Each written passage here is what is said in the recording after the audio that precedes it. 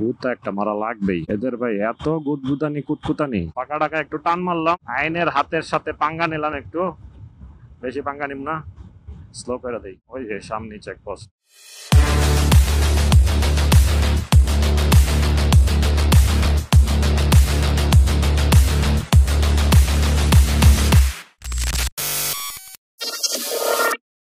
আসসালামু আলাইকুম, স্বাগতম বুমু কাকার চ্যানেলে। আরো একটা নতুন ব্লগ ভিডিও নিয়ে হাজির হয়ে গেছি আমি, আপনাদের নমি কাকা। রাস্তায় গাড়ির চাপ একটু বেড়ে গেছে, ঈদের ছুটিও অলমোস্ট শুরু হয়ে গেছে, শুরু হচ্ছে, মানে 2-1 দিনের মধ্যেই মোটামুটি ঢাকা শহর ফাঁকা হয়ে যাবে। আর রাস্তায় এখন মাঝে মধ্যে একটু গরু টরু দেখা যায়।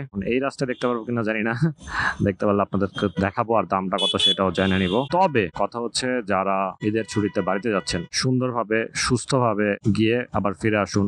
আর যারা ঢাকার স্থানীয়, প্রত্যেক ঈদ আসলেই তাদের মনে একটা দুঃখ, একটা আফসোস, একটা আকাঙ্ক্ষা, একটা হতাশা কাজ করে। সবকিছু মিলে একটা অন্যরকম ঈদ, ঢাকা শহর ফাঁকা, মানে ফাঁকা ঢাকায় একটা অন্যরকম ফিলিংস কাজ করে। যাই হোক, সো এই ফিলিংস আমরা হয়তো 2-1 দিনের মধ্যে আবার নিতে যাচ্ছি। বাট কথা হচ্ছে,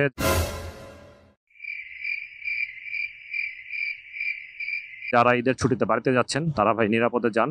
সবসময় মনে রাখেন, সময়ের চেয়ে জীবনের মূল্য অনেক অনেক বেশি। সো যারা হচ্ছে বিভিন্ন গাড়ি, ট্রেন, লঞ্চ, প্লেন, মানে যে যেভাবেই যাবেন, চেষ্টা করবেন নিরাপদে সময় মতো আস্তে ধীরে যেন পৌঁছাইতে পারেন গন্তব্যস্থলে, এবং ঈদ উদযাপন করে আবার সুন্দরভাবে যেন যার যার কর্মস্থলে ফিরে আসতে পারেন, ফিরে যেতে পারেন। এখন যারা হচ্ছে বাইক নিয়ে ঢাকার বাইরে যাবেন, বা যারা বাইক ঢাকা শহরে রেখে কোনো গ্যারেজে বা পরিচিত কোনো জায়গায় বা বাসার লকটক করে রেখে যাবেন, তারা একটু সিকিউরিটি মেনটেন করে সুন্দরভাবে লকটক করে রেখে যান, যেন কোনো দুর্ঘটনা না ঘটে, চুরি টুরি যেন না হয়।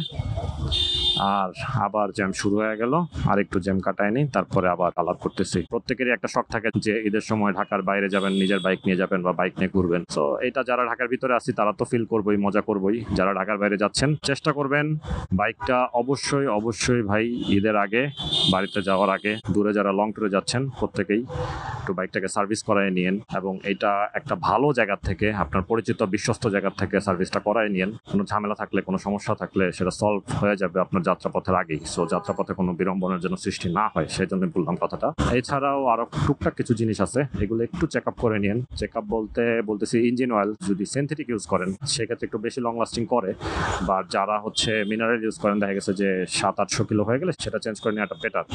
আর যারা হচ্ছে সিনথেটিক ইউজ করেন তাদেরও মোটামুটি যদি দেখেন যে 1500-2000-এর কাছাকাছি হয়ে গেছে, সো মোবিল টোবিল চেঞ্জ করে নিন। এছাড়া হচ্ছে চেইন ভালো করে একটু ঠিকঠাক করে দেখে শুনে নিন, চেইনের টাইট ঠিক আছে কিনা। তারপর হচ্ছে পরিষ্কার করে পারলে লুপ দিয়ে দিন। যখন সার্ভিস করবেন তখন তো অবশ্যই ওয়াশ টাশ করে দেবে, তো ওই সময় বলবেন চেনটাও যেন ভালো করে পরিষ্কার করে দেয়।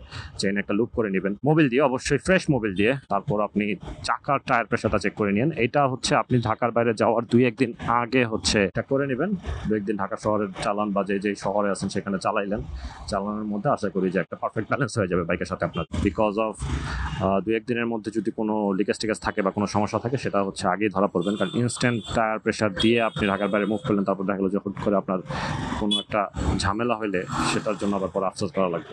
সঠিক বলেছেন। যারা হচ্ছে লং রাইডে যাচ্ছেন অবশ্যই অবশ্যই ভাই যাওয়ার পথে সেফটি গিয়ার, যার সাধ্য মতো, যারা দামি কিনতে পারেন তারা তো অবশ্যই দামিগুলো পরবেন, আর যারা বেশি দামি ইউজ করতে না পারবেন তারা চেষ্টা করবেন একটা অ্যাটলিস্ট যেন লো কোয়ালিটির না নিয়ে অ্যাটলিস্ট মানে কাছাকাছি একটা ভালো মানের একটা সেফটি গিয়ারগুলো ইউজ করেন। এতে করে আপনার নিজের নিরাপত্তা থাকলো এবং একটা অন্যরকম কনফিডেন্স পাবেন। হাইওয়ে রোডে যখন চালাবেন একটা অন্যরকম ভাইব থাকবে বডির মধ্যে, আপনার মানে হাতে পায়ে কবজিতে আপনি যে এন্দেই পড়বেন, আল্লাহ না করুক যদি পড়েন আর কি, চিন্তা নাই। সো ওই রকম একটা কনফিডেন্স আপনার অটো গ্রো হয়ে যাবে। অবশ্যই অবশ্যই ভাই গাড়ির কাগজপত্র সাথে রেখেন, কারণ হাইওয়ে রোডে প্রচুর চেক আপ থাকবে, পুলিশ থাকবে, বিভিন্ন জায়গায় দেখা গেছে চেক আপ চলতেছে। চেক আপ এটা কি বলে? চেক আপ, চেকপোস্ট, আচ্ছা চেকপোস্ট থাকে, চেকপোস্টে চেক করে। So We do not care. গাড়ির অরিজিনাল পেপারস ডকুমেন্টস যা আছে সাথে রাখবেন, যেন ইন এনি কেস আপনাকে কোথাও চেক করার জন্য দাঁড় করাইলে আপনার পেপার যেন আপনি দেখাতে পারেন, এবং ঝামেলা মুক্ত ভাবে যেন আপনার সফরটা সুন্দরভাবে যেন হয়। ও আরেকটা বিষয়, যাত্রাপথে ভাই এখন ধরেন অনেক ধরনের ওই জাদু মন্তর কি কি যেন বের হইছে। সো এই ধরনের নামের মনে করেন যে বিভিন্ন ড্রাগ বের হয়ে গেছে।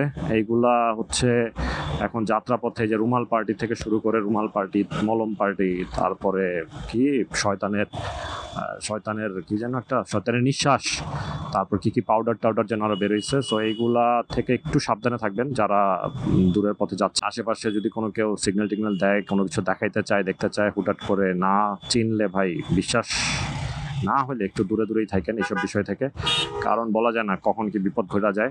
লং ট্যুরের ক্ষেত্রে অবশ্যই একটু ছায়াযুক্ত জায়গায় দাঁড়ায় দাঁড়ায় মাঝে মধ্যে একটু ব্রেক দিয়ে বাইকটাকে একটু ঠান্ডা করেন, আপনি নিজে একটু ঠান্ডা হয়ে নিন, প্রয়োজনে পানি টানি সাথে রাখেন, কারণ প্রচণ্ড রোদ উঠে এখন। দিনের বেলা দেখা গেছে যে ডিরেক্ট রোদের মধ্যে মুভ করাটা ডিফিকাল্ট হতে পারে, যেহেতু সাথে ব্যাগ ট্যাগ ক্যারি করতে পারেন যারা বাইকে যান। সো একটু সেফটি মেনটেন করে প্রয়োজনে একটু ব্রেক ট্রেক দিয়ে পানি টানি খেয়ে একটু ঠান্ডা হয়ে ইঞ্জিনটা একটু ঠান্ডা থাকলে এক্ষেত্রে আপনার পারফরমেন্স ভালো পাবেন লং রুটে। এবং সবশেষে একটা কথাই বলতে চাই, সেটা হচ্ছে নতুন আইন পাস হয়ে গেছে একটা, যে গাড়ির গতির যে বিষয়টা সেটা নিয়ে। সো এইবার ঈদে যারা বাড়ি যাচ্ছেন বা বাইক নিয়ে বা ব্যক্তিগত গাড়ি নিয়ে যারা যাচ্ছেন, সবার জন্য একটা কথা থাকলো, সেটা হচ্ছে গতি মেনটেন করে, মানে স্পিড লিমিটটা মেনটেন করে গাড়ি চালায়েন। এতে করে সড়ক পথে দুর্ঘটনার হ্রাসটাও আশা করি কমে আসবে এবং প্রত্যেকে মামলার হাত থেকেও বেঁচে যাবেন।